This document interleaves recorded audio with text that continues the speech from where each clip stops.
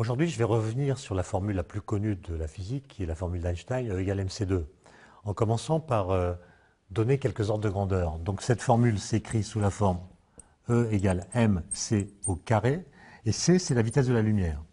C'est 3 10 puissance 8 mètres par seconde.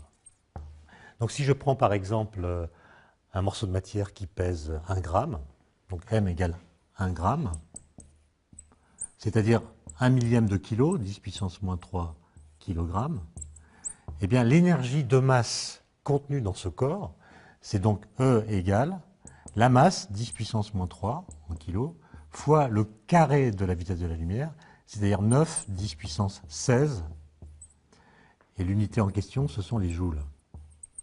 Donc ça donne 9 10 puissance 13 joules, c'est-à-dire 90 000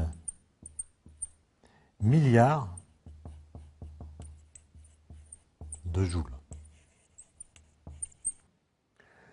Alors pour comprendre à quel point cette énergie est considérable, il faut la comparer aux modifications d'énergie qu'on peut exercer sur un corps. Par exemple, on peut chauffer un corps et augmenter donc son énergie totale. On peut aussi le laisser tomber et donc lui conférer de l'énergie cinétique qui provient de la vitesse qu'il acquiert dans un champ de gravitation. Mais l'augmentation d'énergie qu'on peut donner à un corps, comparée à l'énergie qu'il a déjà du fait qu'il est massif, est négligeable. Et c'est pourquoi ces quantités gigantesques d'énergie nous sont en général cachées. Il existe toutefois des situations dans lesquelles la formule E égale mc2 se manifeste vraiment. Alors on peut évidemment la lire dans les deux sens, soit de gauche à droite, soit de droite à gauche. Quand on la lit de droite à gauche, on a des situations dans lesquelles la masse d'un corps devient de l'énergie. Et c'est cette possibilité qu'exploite la production d'énergie nucléaire.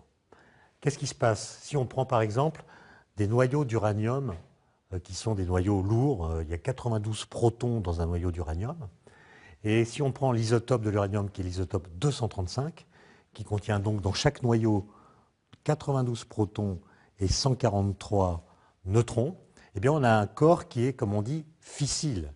C'est-à-dire qu'un noyau d'uranium, lorsqu'il est percuté par un neutron, va se couper en deux. Et donc à partir d'un gros noyau de départ, on va avoir, qui est percuté par un neutron, on va avoir formation de deux noyaux plus petits qui vont libérer lors de leur fission d'autres neutrons, 2, parfois 3. Et ces neutrons vont à leur tour pouvoir percuter d'autres noyaux d'uranium. Mais ce qui est intéressant ici, c'est que lorsqu'on pèse le système initial, lorsqu'on mesure sa masse, et qu'on compare la masse initiale à la masse du système final, c'est-à-dire les deux noyaux produits par la fission et les neutrons qui sont libérés par la fission, on trouve que cet ensemble-là est plus léger, a une masse plus faible que le système initial. Autrement dit, il y a de la masse qui a disparu dans cette interaction, ce qui veut dire que si la masse a disparu, c'est qu'elle s'est transformée en énergie. En l'occurrence, en énergie cinétique des deux noyaux produits par la fission. Et c'est cette énergie cinétique que par différents stratagèmes, on va récupérer pour produire de l'énergie électrique. Donc le nucléaire civil, disons, exploite cette formule d'Einstein dans le sens où de la masse est convertie en énergie. Mais il existe des situations où c'est l'inverse qu'on fait, où on convertit de l'énergie en masse. Pensez par exemple aux collisions de particules qui se produisent dans les collisionneurs de particules, ces grands accélérateurs au sein duquel on fait circuler des faisceaux de particules en sens inverse. Par exemple, des électrons. Il y a un électron de haute énergie qui arrive ici, et en face de lui arrive son antiparticule, qu'on appelle le positron, qui a une charge électrique opposée, et quand ces particules ont des énergies très élevées, on les fait entrer en collision. Et cette collision produit l'apparition, provoque l'apparition d'un très grand nombre de particules dont on mesure les trajectoires grâce à des grands détecteurs. On peut analyser d'ailleurs la nature de ces particules grâce aux détecteurs qui sont installés autour du point de collision. Et ce qui est intéressant, c'est que quand on calcule, ou plutôt quand on mesure la masse, la totale de toutes les particules qui sont créées par la collision, et qu'on la compare à la masse des particules incidentes, on trouve beaucoup plus. Par exemple, au CERN, il y avait une machine qui s'appelait le LEP, grâce à laquelle la masse totale des particules produites par la collision était 200 000 fois plus élevée que la masse des particules incidentes. Or, à l'école, on apprend que la masse se conserve.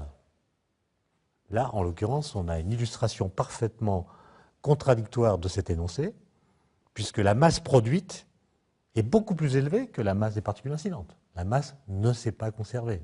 Comment comprendre cette situation? Eh bien, en disant que l'énergie cinétique des particules incidentes, l'énergie qu'elles doivent à leur mouvement, s'est matérialisée. C'est-à-dire l'énergie cinétique s'est transformée en masse, c'est-à-dire en nouvelles particules. Ces particules ont été créées par la collision.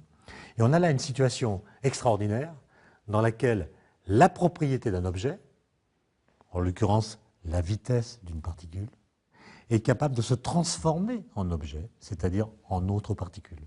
C'est presque aussi extraordinaire que si on vous disait que la hauteur de la tour Eiffel est capable de devenir la tour Montparnasse, ou que la vitesse d'un taxi est capable de devenir un scooter. C'est-à-dire qu'une propriété d'objet devient elle-même un objet.